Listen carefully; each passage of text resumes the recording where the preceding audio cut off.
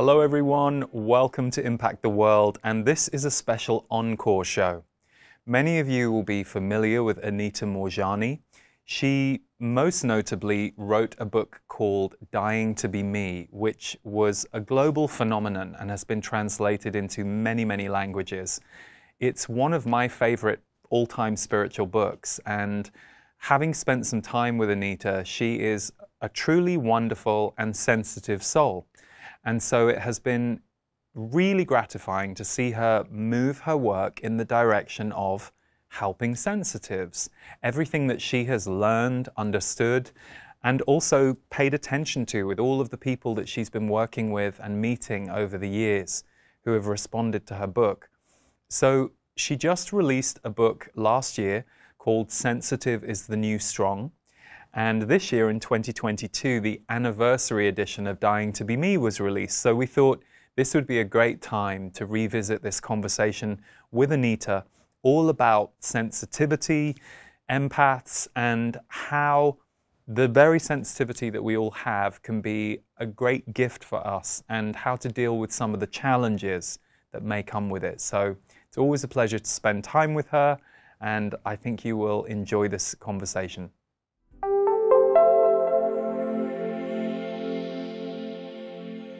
Anita, thank you so much for being here with us. I'm super excited to get to be in person with you after a very long time of not seeing you in the physical, and also that you've brought Sensitive is the New Strong, your new book, here so that we can talk about that today.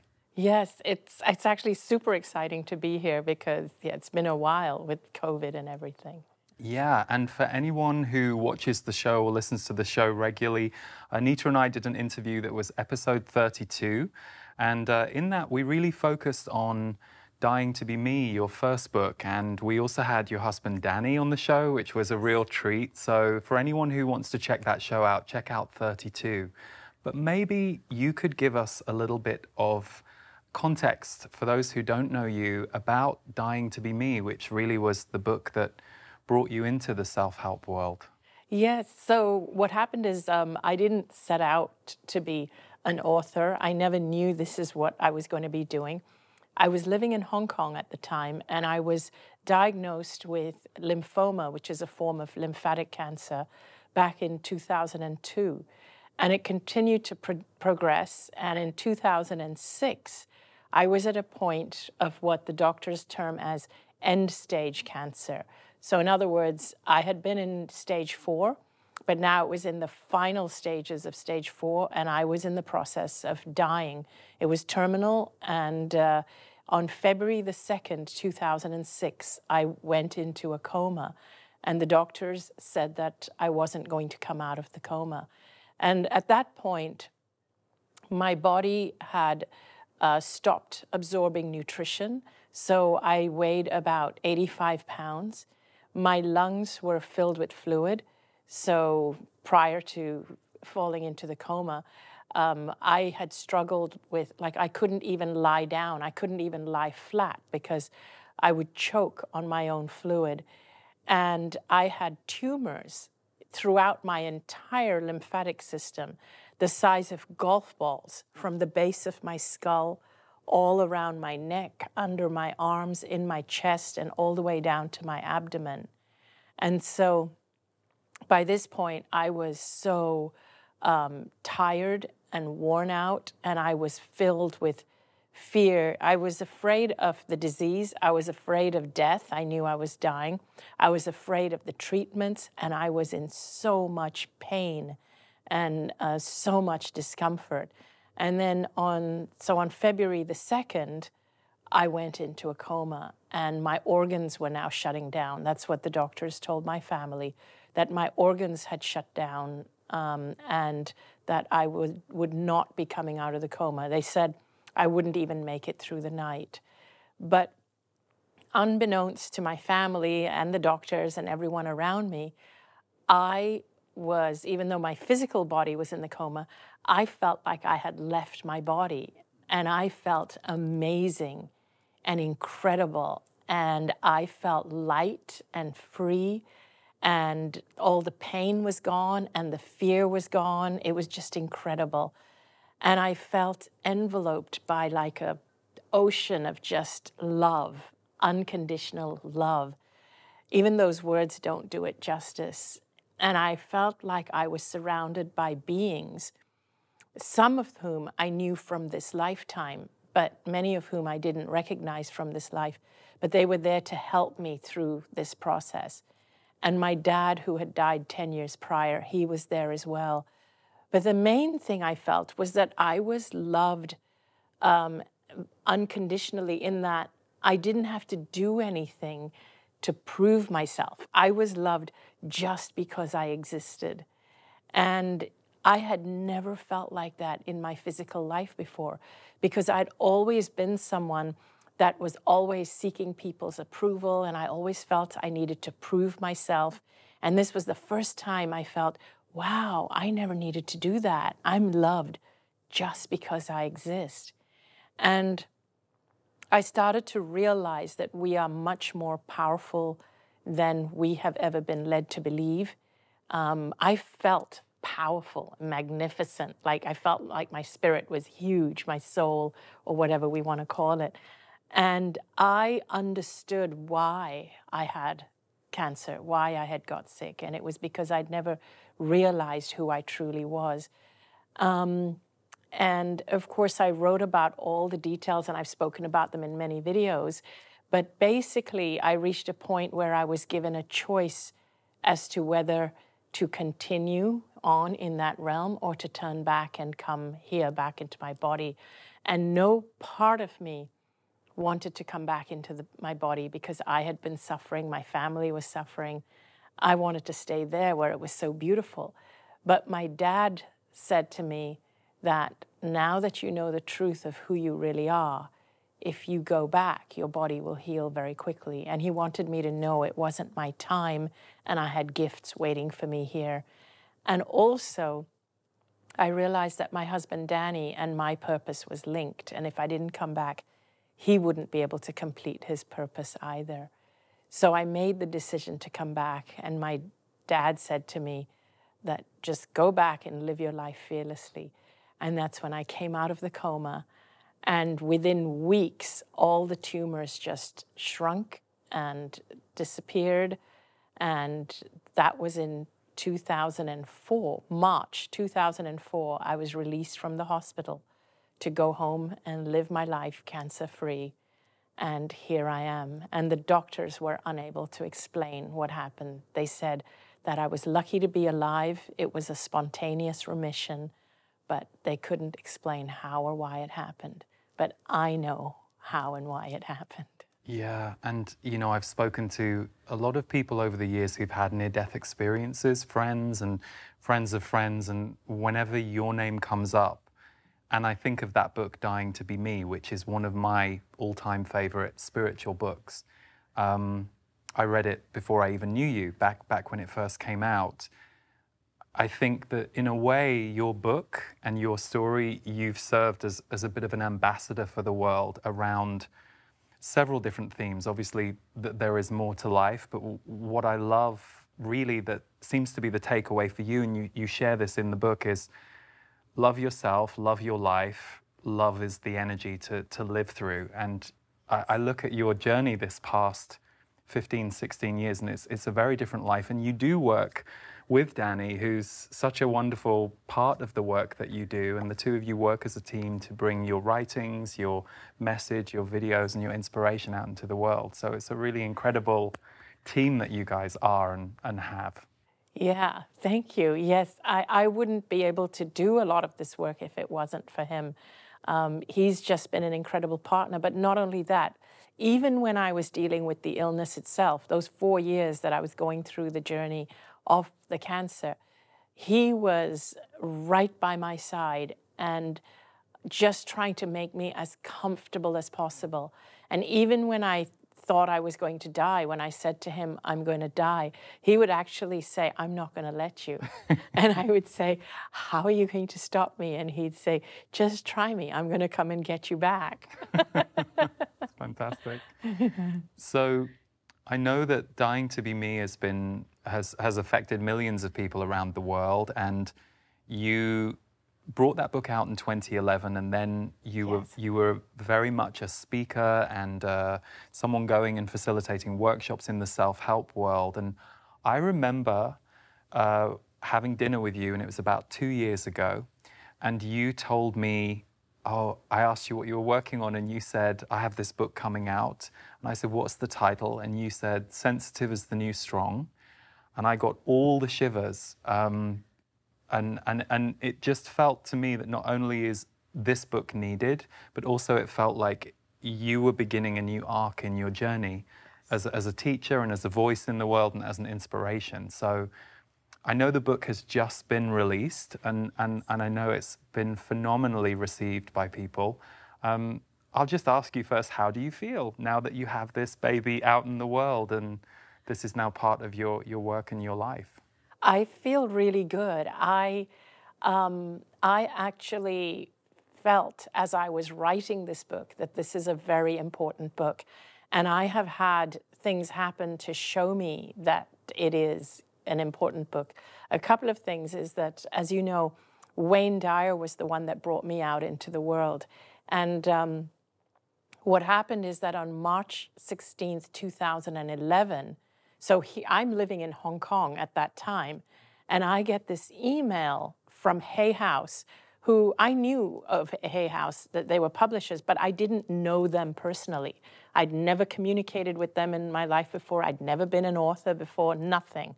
I was just someone who listened to or bought their books. But so I get an email from the chief editor at Hay House who says, Wayne Dyer has discovered your story. Because my story was on the internet, the story of my near-death experience and the healing from cancer. And she went on to say, Wayne Dyer has discovered your story and has asked us to track you down to ask you if you would be interested in writing a book about your story, which we would then publish. And Wayne would like to help you. Wayne would like to write the foreword and help you publicize. I read that and I started crying. So the thing is, that email came on my birthday in 2011, March 16th, 2011. So I wrote back right away and said, oh my gosh, I can't believe this. Did you know it's my birthday? And of course, yes, I would love to have a book published. And she wrote back, because there was a deep part of me that knew that I was meant to share the story. I knew that was the purpose or the gift that my dad had said I had waiting for me on the other side. But I didn't know how to do that. How was it going to happen? And so I get this email. And so then she wrote back and she said, oh, happy birthday. And I said, what do I have to do next? And she said, it's really easy. I'll send you a book contract and you just have to sign it. That's it. And then we start the process from there. So then I started putting it into a book form with the help of an editor who they assigned me. And the book was launched on the 1st of March, 2012, a year later. But on March 16th, 2012, that's 2 weeks after it was launched, it hit the New York Times bestseller list. So again, on my birthday. So what was super interesting is I have another book in between, which is called What If This Is Heaven? And then I've written a children's book as well. But then when I was writing this book, I felt different. So the first book felt really powerful inside. The story just came tumbling out because it was all in there, wanting to be shared. This one, I went through a process, but it was more like, this is something that I need to share. It needs to be heard because I had something to say. I felt more like an activist, or it felt more like a movement that I was starting. That was what it felt like. And then it was supposed to be launched in October of 2020. But because of COVID backlogs and everything, the publishers contacted me and said, do you mind if we launch it in early 2021 instead? I said, I don't mind at all. And then they came back to me with the launch date, March 16th. Again, I was like, oh, that's definitely Wayne helping me. So for me, that was a sign that was Wayne Dyer telling me, I'm still helping you. That's beautiful. And those synchronicities never lie. It's great. Yeah. So I'm curious, because obviously the people who tune into this show are many sensitives, empaths, those who are interested in consciousness and energy.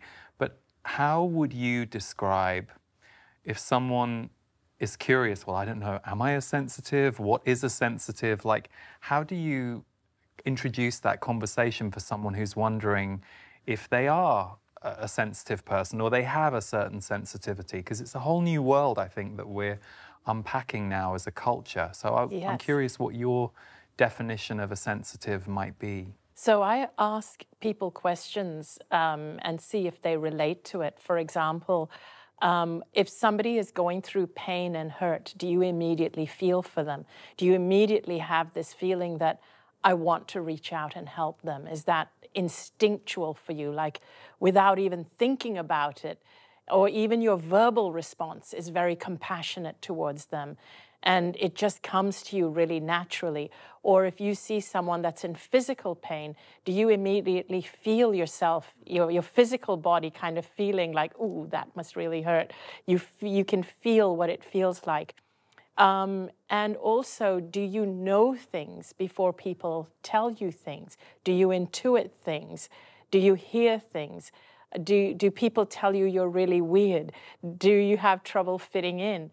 And in fact, I've even got a quiz on my website, and I've put a quiz in the front of this book just to help people determine if they are sensitive or not. And I often say that sensitivity, it's like on it's on a spectrum. Most people have some level of sensitivity, but the people who I am really targeting my work towards are the ones at the high end of the sensitivity scale, going from highly sensitive to and also empath. So you have empath. So the difference between someone who is highly sensitive and someone who's an empath is that an empath is someone who actually absorbs the energy around them and then can't even tell that this is not their energy. Someone who's highly sensitive is extremely sensitive to the energies around them. They know what's happening around them. They're also highly intuitive, as are empaths. So I'm talking about people who are highly intuitive, but a highly sensitive person can still differentiate between what's yours and what's mine. An empath can't. They literally can be in the company of somebody who's miserable, and they can walk away feeling miserable and not even realize that, oh, this isn't mine. I just absorbed everything that that person was feeling. So empaths are like sponges. And so I have now taken to speaking to people like empaths because I realize now over the years, one of the things I mentioned is that I understood why I got sick. I understood it was because I tended to feel everybody else's emotions, but not only feel it, but take it on as my own. I realized, I didn't know at that time that there was such a thing as an empath. I didn't even know the word at that time. But during my near-death experience, I understood how it came to be that I got sick. Over the years, I've come to realize, oh, there's a term for it. There are people who actually, it's a thing, an empath. And so I realized that if I got sick, because now I know there's a word, it's because I was an empath and I couldn't separate my emotions and my pain and my everything from other people's or other people's from mine. I just took it on. Other people must be doing it too. When I started to think that way, after I published my first book, I still hadn't heard of the word empath at that point. And I shared the story of how I had got sick, and I shared the story in the book about how I knew that it was all the thoughts and decisions and choices I had made in my life and the emotions and everything that contributed to my illness. After I realized that, oh my gosh, it's because I'm an empath. Not everybody thinks this way. Not everybody absorbs everyone's emotions. I started asking in my workshops, and I started asking the audience, how many of you relate to being an empath? And I would describe to them what it means, much like how I just described to you. Just about everybody in the workshop would raise their hand, or in the audience would raise their hand. That's when I realized that empaths, whether they realize they're empaths or not, are the people who are attracted to my work. And I realized that when I have people pushing back against me, when there are people who are saying, oh, you have no evidence of what you're saying, and are you saying that by loving yourself you can heal cancer? You know, people who really push back or try to debunk what I'm saying. I realized that they don't relate to it because they're not empaths. And so that's when I realized, so empaths literally, as they read my book, they're feeling like, oh my gosh, yes, I feel these things. Yes, I get sick too when these things happen. And they're actually relating to everything I'm saying, and that's why they're attracted to my work. That's when I started to realize that empaths need a different kind of teaching, you know, a different thing. I mean, I could go on and on, because one of the things I started to realize is that if I look for, like in the work I do right now, I'm out there in public speaking, and you know, we have to deal with pushback and social media and things like even we have to deal with divisiveness. And empaths and highly sensitive people are super sensitive to this. We are people who truly believe in compassion and empathy, and so we feel it when people are out there being divisive. And so I started to think to myself, if I'm going to continue in this line of work as a speaker, as somebody who's prominent on social media, if I want to start this kind of a movement that we have to embrace being sensitive, it can't be seen as a weakness. I want to find a mentor, somebody who's done it before me, who is a public figure, who's out there in the public, who has a leadership role, who is out there showing that compassionate is what is needed in the world. As I looked for a mentor, I couldn't find one. And so that's when I thought, wow, isn't that interesting? Empaths shy away from leadership roles. And I started to think, put two and two together, and I felt, no wonder the world is so messed up. Because if we had more empaths and sensitive people and compassionate people in leadership roles, they would make the changes that we want to see in the world. So that was the drive and the impetus behind this book. Wow. Yeah, there's a lot that you said there that was great, that I would love to pick up on a few things, but just something that pinged in my brain as you were saying that, or maybe my intuitive awareness rather than my brain. You know, as you said that empaths shy away from traditional leadership roles. Yes. Isn't it interesting that, and I'm not in any way belittling fathers here, because there are amazing fathers out there in the world who are just as maternal and caring as the mothers. And equally, we also know there are some mothers who maybe weren't really cut out to be mothers, maybe, or it wasn't really their path, but they found themselves in it. I think of the mothering energy in the world, whether you have actual children or whether you are one of those caring, nurturing, compassionate, loving people to your friends or to your family members, how undervalued that role has been historically, and how subjugated women have been, and the feminine. And so it's interesting, because to me that leadership is the kind of leadership that all of us have been created through, and yet it's a kind of unacknowledged leadership when we talk about, you know, who's at the head of the governments and who's at the head of various positions of power in our society. So that just kind of pinged for me when you were saying that. I love that. But also the power of validation. You know, that's what I really took when you were talking about this, because I also don't remember ever really hearing the word empath 20 odd years ago, or more than 20 years ago, when I was a student of healing and metaphysics and self-growth. I don't remember that word very much. I'm really glad that in the last decade or so we've started to acknowledge it, because most sensitives, empaths that I know, we tended to be weighted down by the wound of, I'm too much. they don't like it when I, you know, when I Yes. say something too emotional. I, like many others, would notice that, yes, there would be people in my life who would come to me for a certain emotional space holding, but equally I had to learn that balance of, oh no, you shouldn't speak quite so directly emotionally to this person because it's a trigger for them. And I had to learn that the hard way. So I love that you're creating this container for people to be validated about who they are. And then I think when you're validated and you feel seen, you can start to really use your gifts in the world and be your gifts rather than feeling wounded or wrong about who you're just naturally trying to be in a world that perhaps hasn't yet created space for you. I love the way you said that, yes. And also to what you said about the nurturing, feminine mothering role that's never been seen, or it's never been recognized for the importance that it is.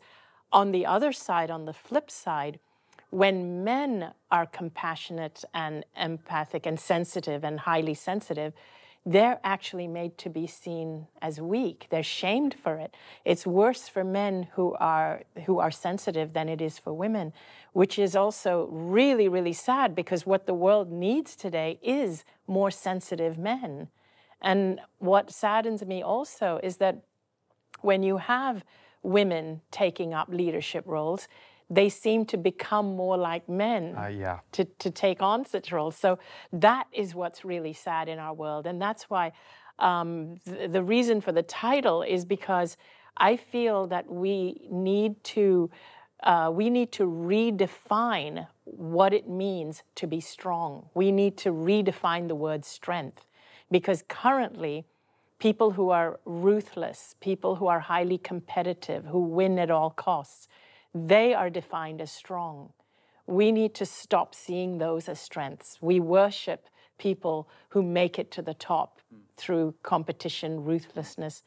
And we need to actually start seeing empathy, compassion, sensitivity as strengths if we want to see us evolve. Because even before COVID, the way the world, the direction it was going, we were spending, our countries, our nations, our governments, every country was spending more money on killing other nations than they were on feeding people and helping them.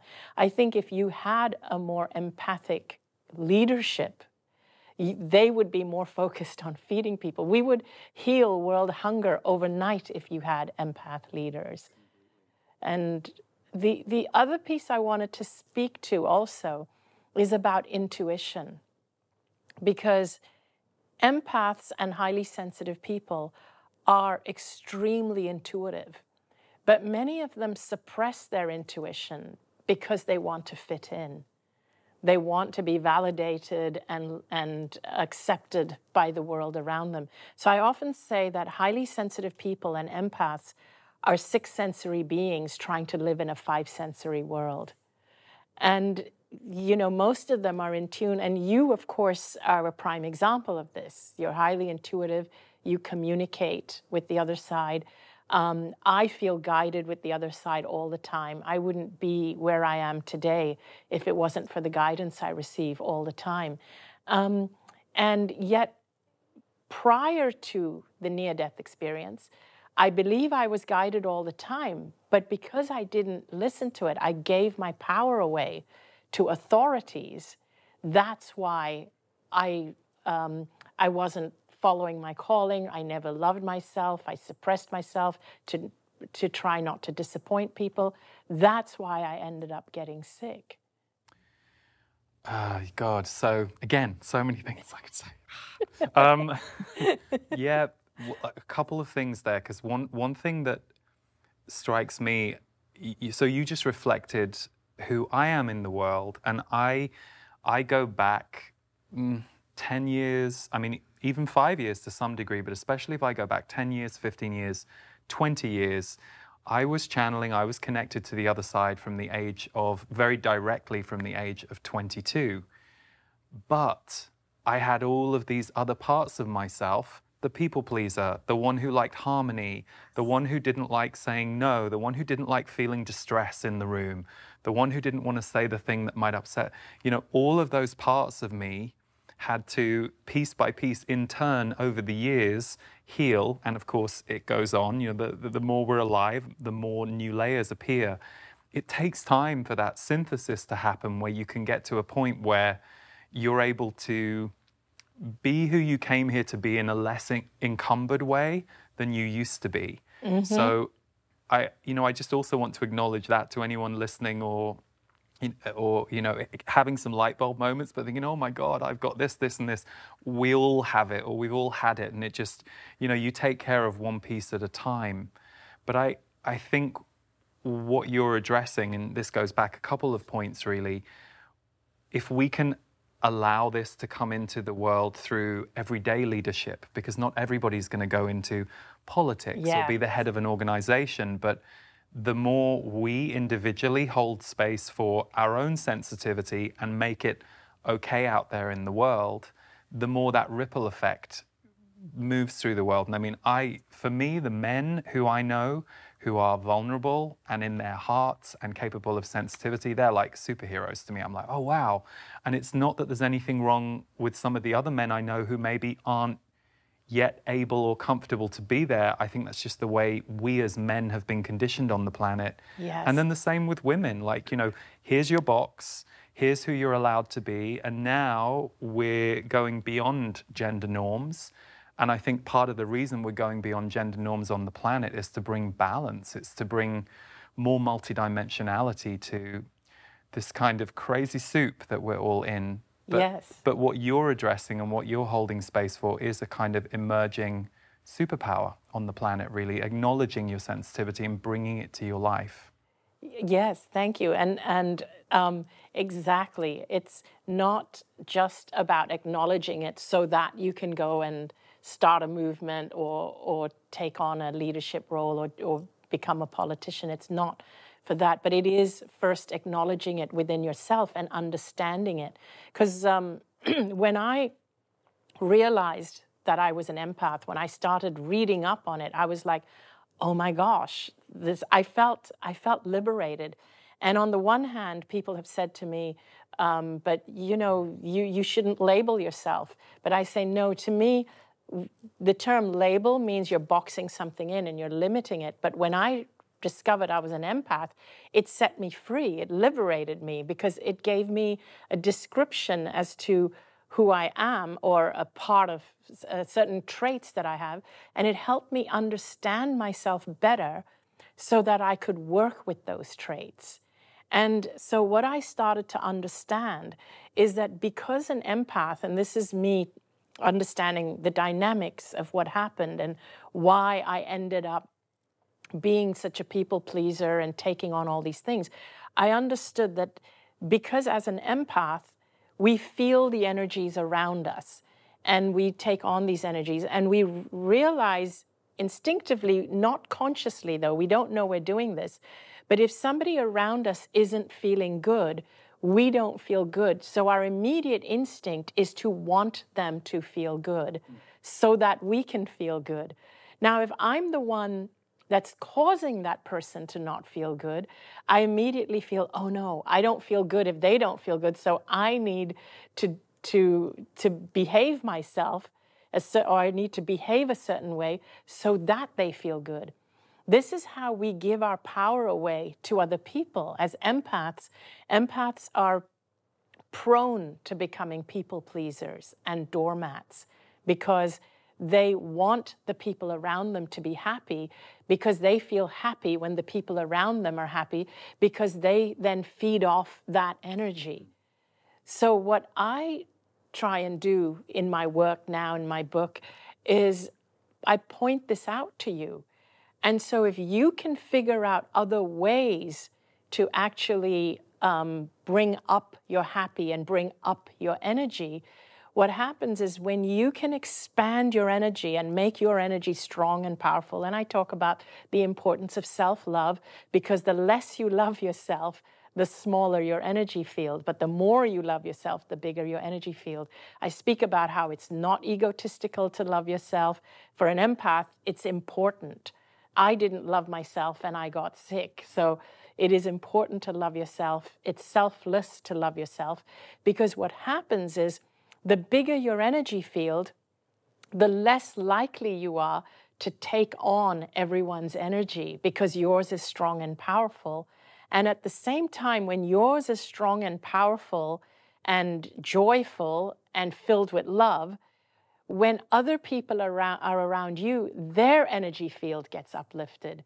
You're able to uplift other people without saying anything. So the focus has to be on you loving yourself and being the light and uplifting your energy, not on trying to please other people to uplift them. So an empath has to think, they have to think in a way that runs counter to the way they're currently thinking. So it's not about, oh, I got to make them happy so that I'll be happy. No, I got to make me happy and uplift myself, and then my energy will be the light that will uplift them. We have to do it the other way. It's so interesting, because I think a lot of what you say parallels with those who are healers. So whether you are someone who's like the healer for your family group or your friend group, or whether you actually are a healer, you know, perhaps you're a body worker or a Reiki therapist or any kind of healer. And I always remember, for me, one of the things that I had to learn the hard way, like many of us, is I had to sometimes be in someone's presence and feel their discomfort and ignore it. But I had to work hard at first, because I was compelled to kind of, oh, you know, I could help harmonize this, or I could, and actually it took me many, many years to get to the point where I think I owned my own inner body, versus kind of exactly what you said, kind of being out there in the energy of everyone else because you haven't yet owned your own inner body. And that, you know, that takes figuring out what makes you happy. And I think the mental or egoic objection to that is usually, oh, well, that's selfish. Well, no, it isn't actually, because if you're a depleted force in the world, that's also the energy you're giving people. You're giving people thin, depleted energy. Exactly. But if you can sustain yourself, you're filling up your cup. So Anita Moorjani, what fills you up? Like when you're not working or sitting here doing an on-camera conversation like this, what are the small acts that you like to do to fill yourself up, or that you appreciate in life? So many things.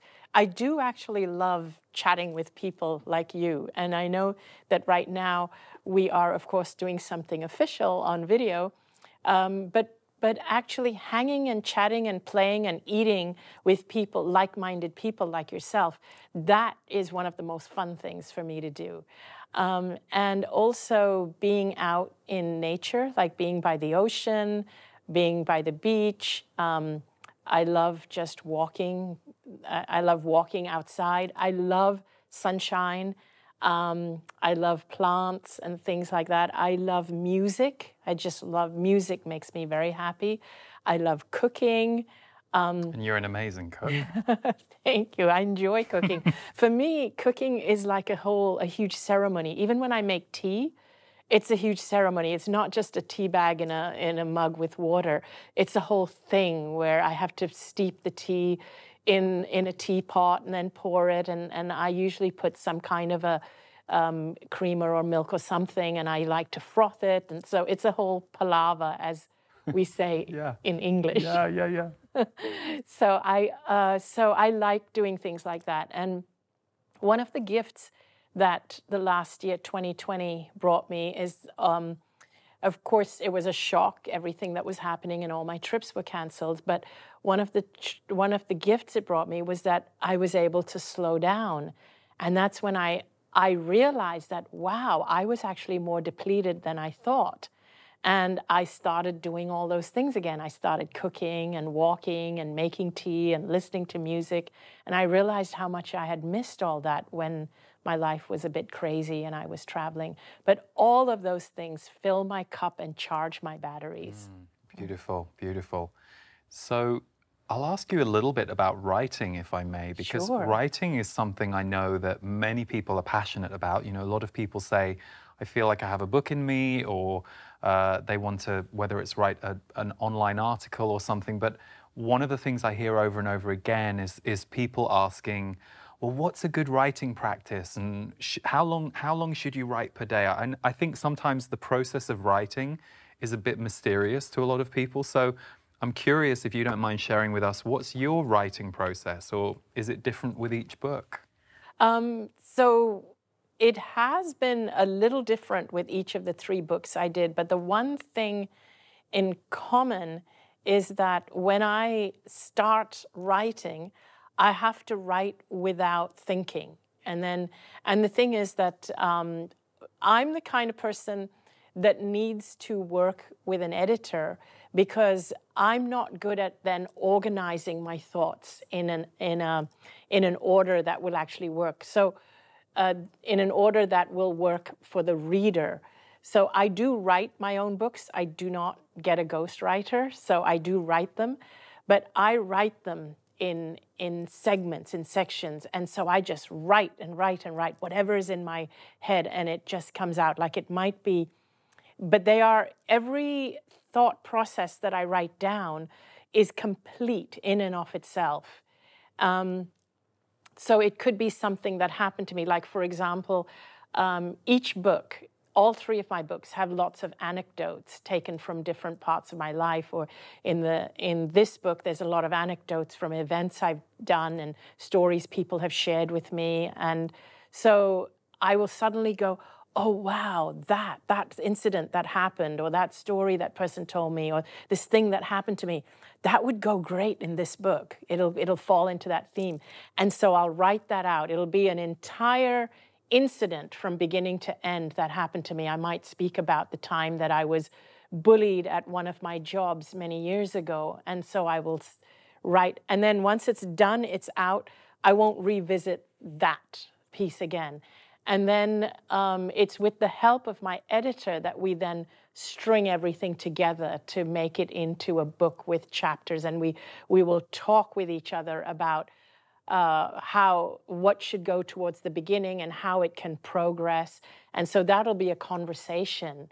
But I will keep writing. So it's like a jigsaw puzzle.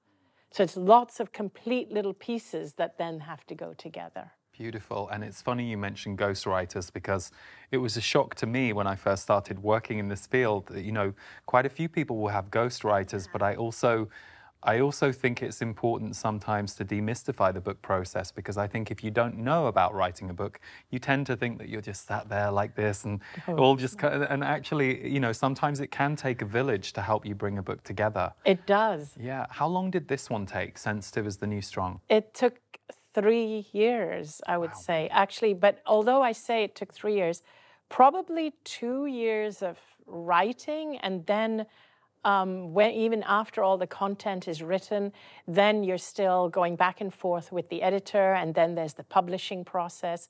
And you know, when I started writing the book, I called it Confessions of a Recovering Doormat. That's good. That was that's the original really title. Good. Oh, that's good. That's a whole, I mean, that's a whole other thing, but that's lovely. See, and because I share in it a lot of stories of how I was treated as a doormat, and how easy it is to fall into that if you are an empath and if you're someone who's super sensitive, to fall into being a doormat because you want other people to be happy. And so, but what happened is my literary agent, it was either her or her together with the publishers, where they said, we want something that's more uplifting, something that's more inspiring, because Confessions of a Recovering Doormat suggests you're still a recovering doormat. It'd be a great comedy book, actually. That actually feels like a comedy book that I would read.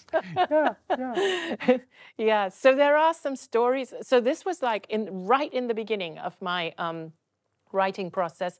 That's what I called it then.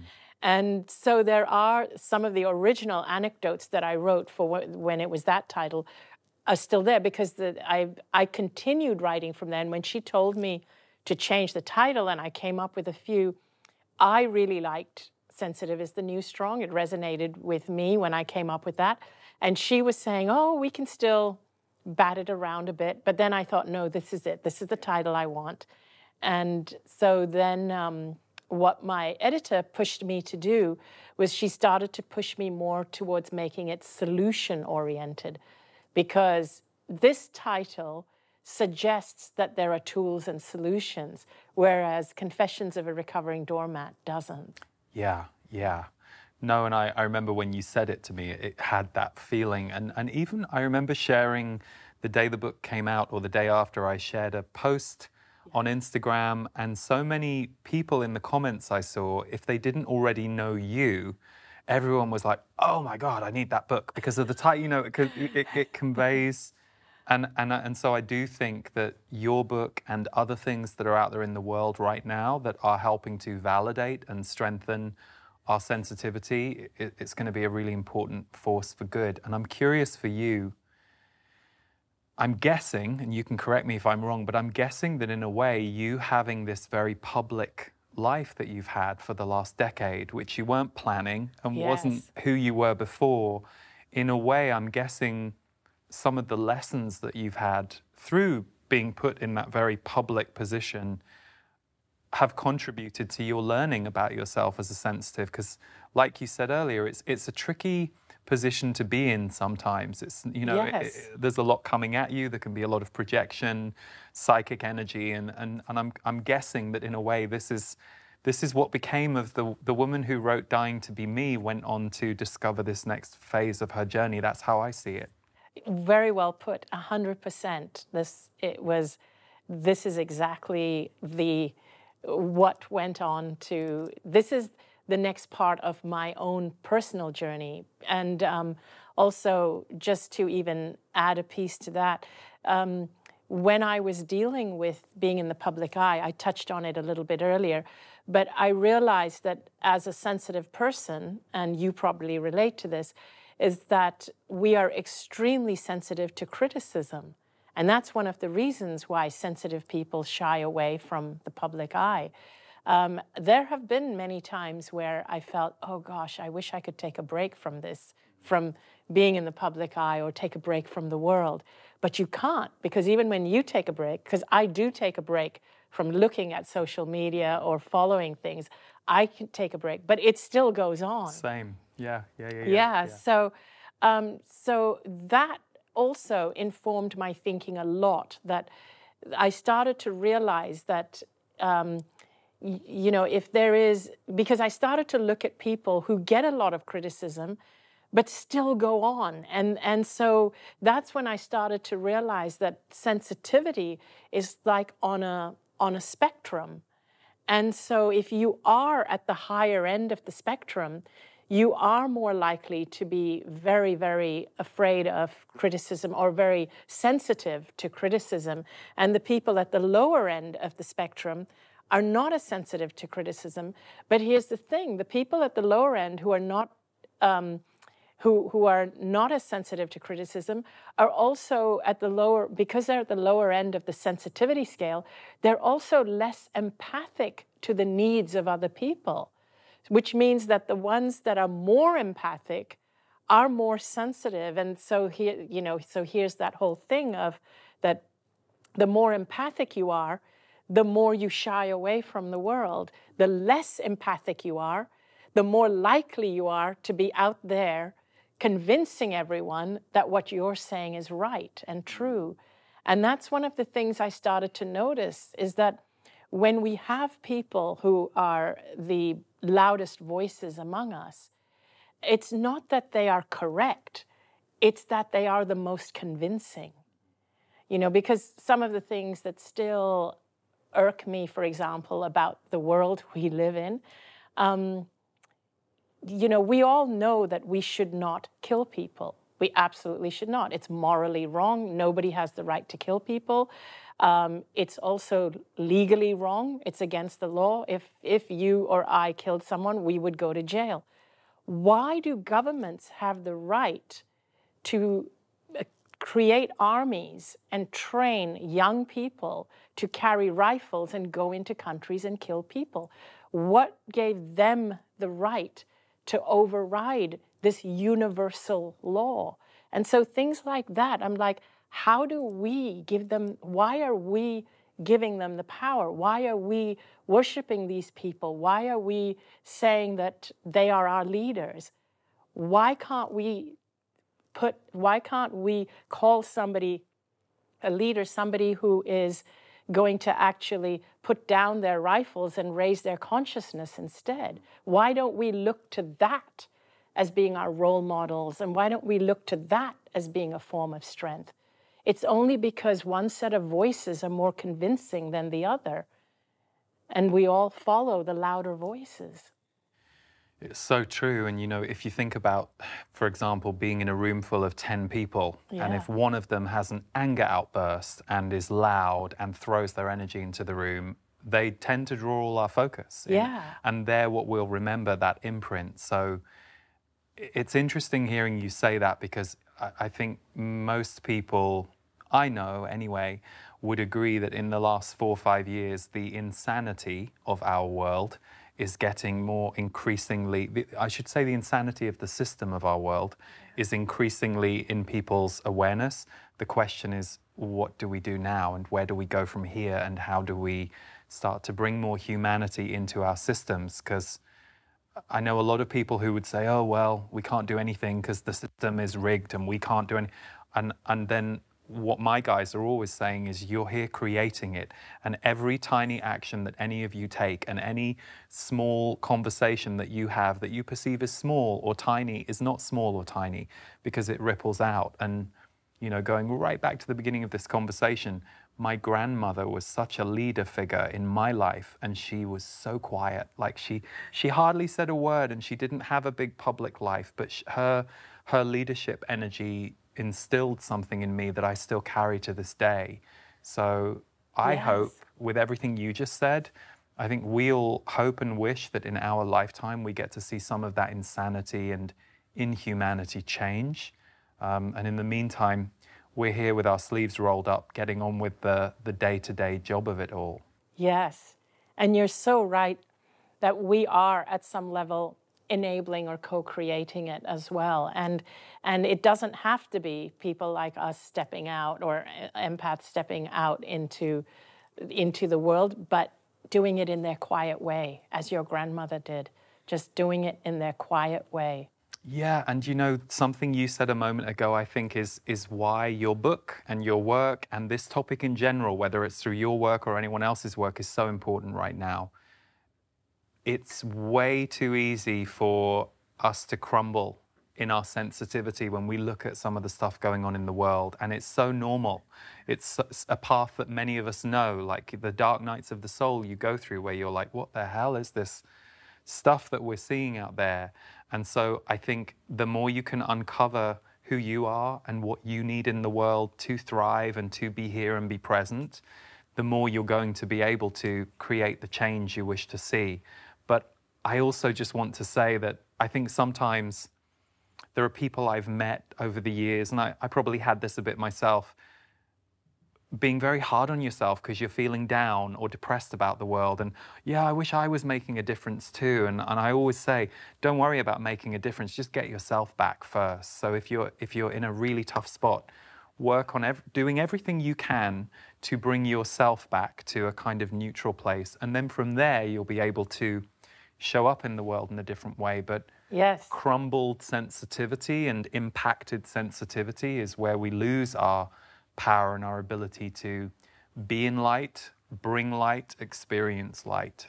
Yes, brilliant. That's very well said, because really, it really is about bringing yourself out of that funk, or whatever we want to call it, which sensitive people and empaths tend to feel that. You tend to feel the energies of the world. You tend to feel what's happening around you. You're most affected by the news if you watch the news. And so I always tell empaths and sensitive people, before you feel that you want to go out and help the world, please get yourselves to that state of what I call expanded energy, because you take yourself wherever you go. And if you're going to go out there in a depleted energy, that's what you're going to bring to the world. So it really is about, it is about doing the things, doing whatever it takes to heal you first. And it is not selfish. If healing you is going out and having fun, if it is hanging with friends, if it is doing something that's just super fun for you, then so be it. It's not selfish. Because empaths and highly sensitive people innately are rescuers. If you are a rescuer, if you are somebody that just can't stand to see someone suffer and you just jump in whether they ask you or not, and it takes all your strength not to do that, then you are an empath or a highly sensitive person. You are someone that needs to focus on looking after yourself first, because that is something that's not innate within you. What is innate within you is to jump in and help other people. And if you're building yourself, your ability to rescue will quadruple. Yes. Like that's the kind of way to play the game with your mind, as your mind wants to object about you looking after yourself. Yes, exactly. Anita, thank you so much for being here and having this conversation with us. I love you dearly. Thank you for writing one of my favorite books, and then this new beauty of a book, which I know is going to bring a lot to many people. And if anybody wants to, we will put the links to Anita's book in the show notes, and also your website, which is anitamoorjani.com. And you do many different things, but I also know you have an incredible members community, which is the Anita Moorjani Sanctuary. Yes, that's right. And that's anitamoorjanisanctuary.com. Absolutely. I have my membership platform where we support other people who are empaths. And basically, it's a place where we uplift people, where I offer tools for empaths. And it's a safe place where we can communicate with each other, connect, and I offer tools to help them to uplift themselves. Beautiful. Well, thank you for all you're doing in the world, and thank you for coming here and being with us for today's show. Thank you so much. It's always such a pleasure to talk to you. Thank you for tuning in, everyone. So, as ever, we will put links to all of Anita's work in the show notes. Thank you for tuning in, and we will see you next time on Impact the World. For those of us who are sensitive, intuitive, or walking a spiritual path, it is our practices and the support that we have in our life that often is the key to how well we can walk through life. 9 years ago, I created the portal to be an answer to that need for members of my community who wanted to go more in depth with my work. And while my work is still very much a centerpiece of the portal, we have now added other teachers, other voices, other offerings, so that the portal can become a well-rounded place for you to receive nourishment and be uplifted, shifted, and supported every single month. Here is a look at some of the offerings that you receive every month as a portal member. Once a month, I do a 90-minute live video broadcast. Don't worry if you can't be there live, everything in the portal is provided to you as a replay. But doing it live is a chance for me to be with you as a community. And in that broadcast, I channel, I speak about the energies of the month and expand on my monthly energy update, and also take some community questions. Every month, you will also receive an MP3. And the MP3 will either be a channeled message from my guides, the Z's, set to original music from Davor Bozik, or it will be an energy alchemy meditation or some other energy teaching. These will be put into your members' library, and you will have access to them to stream and download. We also give you access to a classics library, where we take 8 classic recordings from recent years so that you can listen to more. Qigong and wellness teacher Stephen Washington gives you an exclusive Qigong sequence every single month. It's called the Body Energy Update, and he takes the themes from my monthly energy updates on YouTube and creates a movement sequence for you designed to support you and your process as we go through each month. Stephen is also a wonderful meditation teacher, and so you will have access to a library of short, digestible meditations from him. As soon as you join, you will also get access to our bonus Intuitive Power Workshop. This was a tour that we took to several different countries a couple of years ago, and we had it professionally filmed. So you will be able to watch a 4.5-hour video workshop where both myself and Stephen teach you about accessing and owning your intuition in a deeper way. And to round all of this out, we have special member discounts on courses of mine. We also have special music playlists each month. One set of songs designed to help soothe you, and one set of songs designed to get you moving. And last year, we brought to the portal something I have wanted to do for a very long time, the Portal Presents. It's where I get to invite some incredible teachers, creatives, healers, musicians into the portal, and every month we spotlight one of them where they deliver an on-camera teaching specifically for our portal members. It's a beautiful new feature. We have had some incredible people coming in, and we've got some amazing people lined up for the next year. And the final aspect of the portal is mine and my team's favorite. It's the community energy. So as well as having a private members forum inside the portal, for those of you who aren't on social media, we also have a private moderated Facebook group exclusively for portal members. This is where so many members get to share what they're experiencing, things they're learning, people they're enjoying, and essentially connecting you with people from all over the world who are focused on similar interests to you. My aim with the portal has always been to offer you as much value for your membership as possible, and I feel like in the last year or so we have really been able to maximize that. So we look forward to welcoming you to the portal, and we hope it is a place that can nourish your mind, your body, and your soul. Big love.